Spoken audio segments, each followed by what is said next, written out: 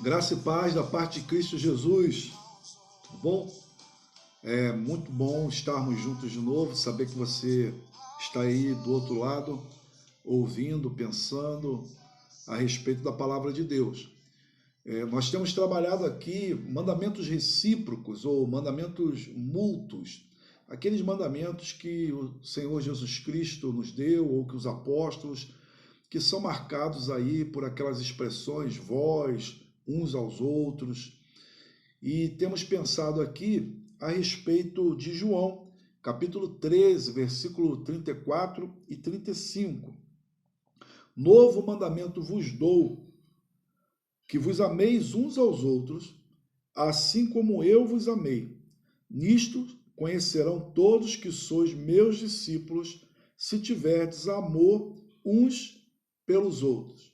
Já fizemos algumas reflexões a respeito desse texto. Se você quiser, você pode procurar aí no canal que você vai encontrar. Mas, independentes daqueles, nós queremos também hoje pensar um pouco com você a respeito de outras reflexões nesse texto.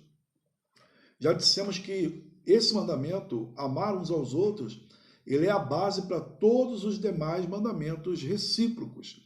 Então, não tem como vivermos os outros mandamentos da maneira que Deus quer, mandamentos recíprocos, sem que haja essa base de relacionamento com o amor. Muito mais do que um sentimento, é a vontade de Deus para as nossas vidas e um mandamento que Cristo nos dá. Então, nós vamos seguir aqui. Observamos já algumas considerações, fizemos algumas considerações a respeito do texto. E hoje eu quero continuar caminhando com você, porque nós observamos aqui que a palavra de Cristo Jesus é de que nós devemos amar uns aos outros como ele nos amou. E como Cristo nos amou? Nós não temos apenas uma declaração bíblica do amor de Deus para conosco. Nós não temos apenas uma verbalização, apenas algumas linhas aqui escritas de como Deus nos ama. Olha, Deus nos ama com um amor imenso, maravilhoso, fantástico. Não. Nós observamos na palavra de Deus relato de como Deus nos amou. Deus amou o mundo de tal maneira que deu seu Filho unigênito para que todo aquele que nele crê não pereça, mas tenha a vida eterna. Então nós observamos que o amor de Deus por nós, ele é prático. Não é apenas uma declaração. Deus não apenas diz que nos ama. O Senhor demonstrou o seu amor por nós, enviando o seu Filho. Jesus Cristo, o Deus encarnado, o Verbo encarnado, mostrou o seu amor por nós e pelo Pai, morrendo na cruz do Calvário. Pelo Pai, em obediência, por nós, nos resgatando. Então, hoje, pensando em mandamentos recíprocos, vivendo a vontade de Deus e não a nossa, eu quero conversar com você alguns pontos de aplicações para a minha vida e para a sua vida nesse texto. A primeira é: o amor é prático. É muito bonito nós observarmos as pessoas fazendo declaração de amor. As declarações de amor mais elaboradas, declarações de amor das mais variadas formas, através de uma imagem preparada e colocada nas mídias sociais, através de uma canção entoada na janela, não sei se ainda faz isso, mas, enfim, através de algumas atitudes que nós dizemos que amamos o outro. Mas nós vamos observar que o amor, ele exige de mim e de você não apenas palavras e nem só algumas ações que são fáceis e tranquilas de se fazer. O amor real e verdadeiro exige de nós uma entrega e um esforço muito maior do que apenas uma ação pontual em nossas vidas. Então, o amor não é uma expressão apenas verbal e nem o amor é apenas uma ação pontual e estática na história ou na vida. O amor, ele é dinâmico. O amor é algo que nós devemos estar praticando sempre. Então, observamos aqui que nós somos chamados a viver o nosso amor de maneira prática. Uma prática de amor, uma ação de amor contínua, vale mais do que 1000 palavras, do que milhares de declarações, eu te amo. Porque Deus nos amou e nos ama de maneira contínua. E quando Jesus Cristo diz assim, amai-vos uns aos outros, Jesus Cristo não está falando que eu e você devemos agir com amor, com misericórdia, com bondade na vida de alguém do nosso relacionamento ou alguém que é adicionado de maneira inusitada muitas vezes no nosso relacionamento, com uma ação pontual. Mas devemos viver uma prática de amor. James Hunter, em seu livro conhecido, O Monge Executivo, diz que o amor não é o que ele sente, mas o que ele faz. Queridos, essa é uma realidade muito necessária na minha vida, na sua vida, nos nossos relacionamentos, na vida como igreja, na vida como sociedade, na vida em família. É muito mais fácil dizermos que amamos alguém entregando um presente uma vez por ano, numa data como o Dia das Mães ou um aniversário, do que todos os dias nos esforçarmos para que o nosso relacionamento seja um relacionamento de amor, de cuidado, de empatia, de serviço um pelo outro. É muito mais fácil nós colocarmos uma declaração nas mídias sociais de que nós amamos o outro, que amamos o próximo, do que termos atitudes cotidianas que demonstrem amor um pelo outro. Um não exclui o outro, não necessariamente. Eu não estou dizendo que não precisamos dessas ações e que no Dia das Mães ou no aniversário das pessoas que nós amamos, nós não temos a necessidade de demonstrarmos ali, naquele momento, também o nosso amor. Mas quando vamos para esse texto, quando viemos aqui para esse texto, quando ouvimos o que Jesus Cristo está dizendo, precisamos entender que o amor é prático e é uma prática contínua. É uma ação para a vida toda. Devemos entender, em segundo lugar, que o amor não é encobrir erros. É muito interessante observarmos Jesus Cristo na sua dinâmica com os seus discípulos. Ele diz, olha, lembrando aqui o texto, amai-vos uns aos outros como eu vos amei. E o amor de Jesus Cristo nunca foi um amor onde ele encobre o erro, onde ele faz vista grossa ao erro, onde ele sacrifica a verdade para agradar o outro. Mas de uma maneira muito honesta, enquanto Deus, enquanto ser ele mesmo a verdade, trabalhou com os seus discípulos a respeito também das suas falhas. Devemos, então, entender que quando Cristo diz para nós, amai-vos uns aos outros, não significa sacrificarmos a vontade de Deus, sacrificarmos a verdade, sacrificarmos aquilo que é honesto, justo, para que possamos dizer para o outro que nós o amamos porque nós não lhes falamos a verdade.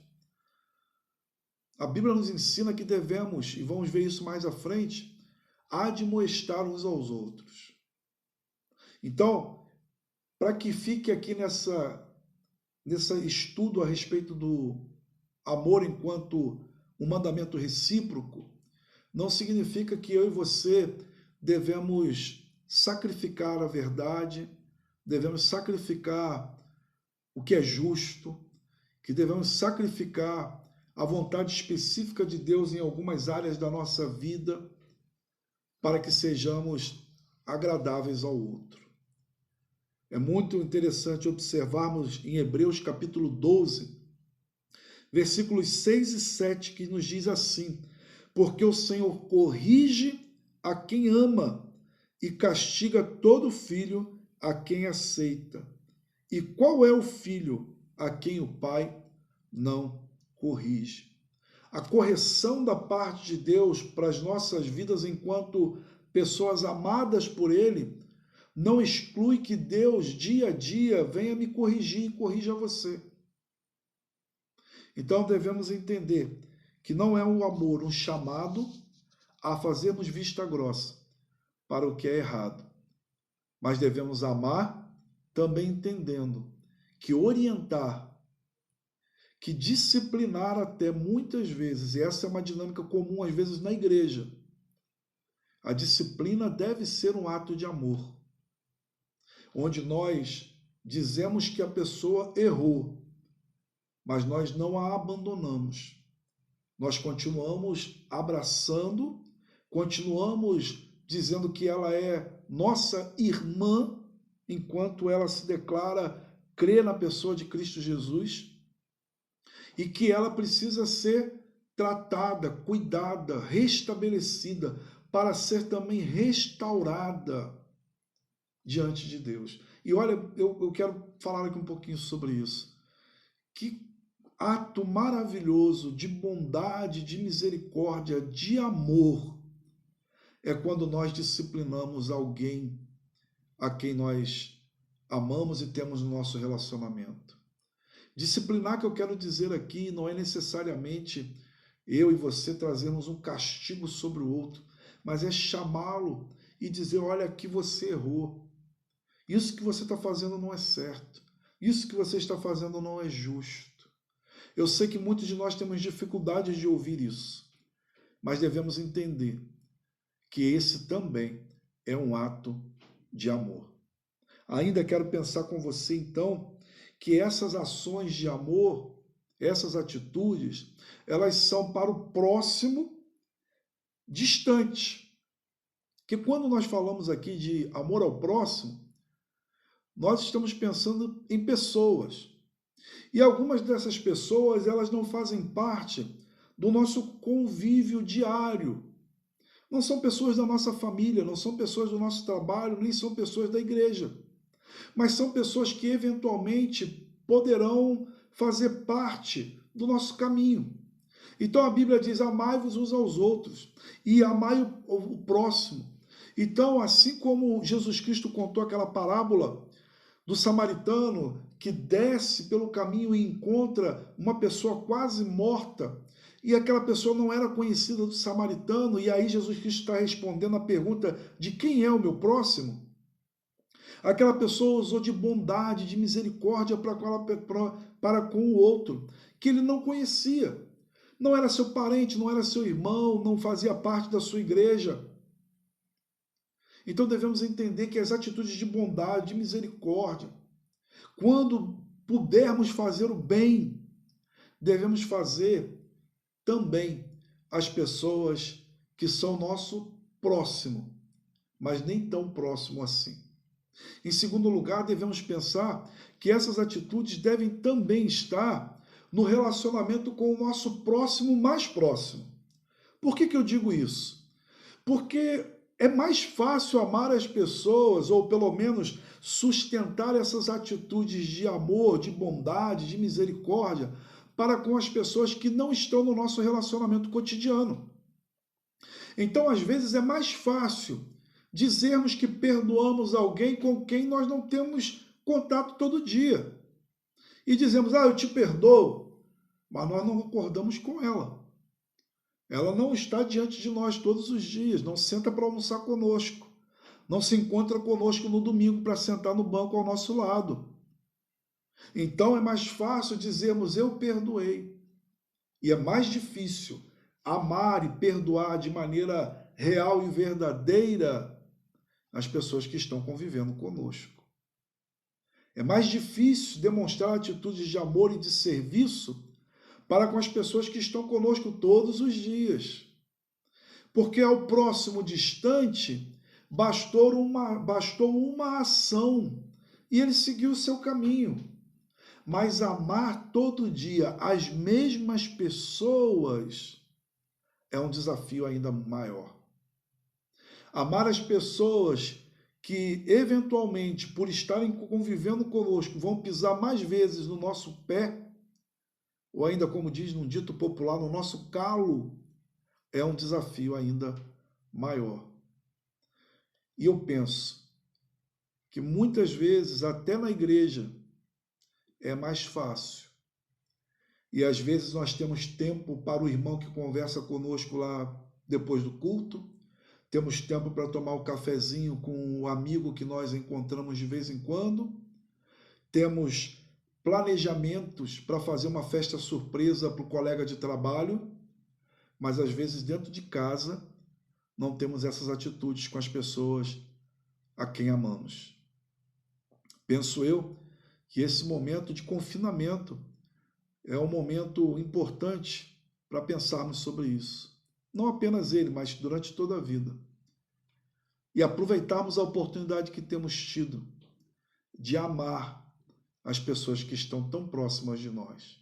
Em terceiro lugar ainda, devemos pensar que se aplica esse amor às pessoas que estão no convívio próximo, mas que, pelos mais variados motivos que ele ou ela vai elencar, se tornou inimigo.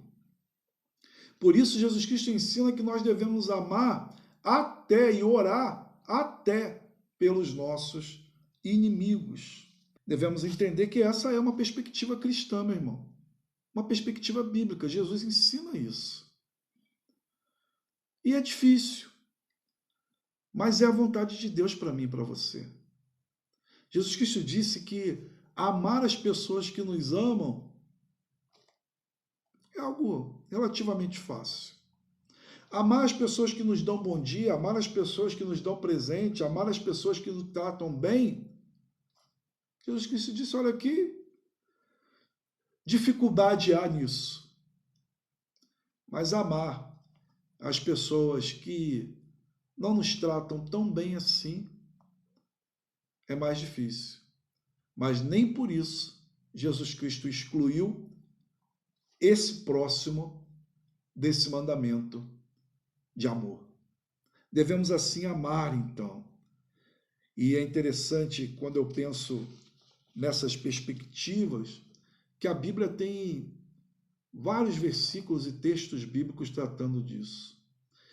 Por exemplo, voltando à ideia do próximo bem próximo, o apóstolo Paulo, sabendo dessa realidade, sabendo que nós podemos negligenciar o amor, até mesmo em família, ele nos ensina em Efésios capítulo 5, versículo 28. Da mesma forma, os maridos devem amar suas esposas como seus próprios corpos.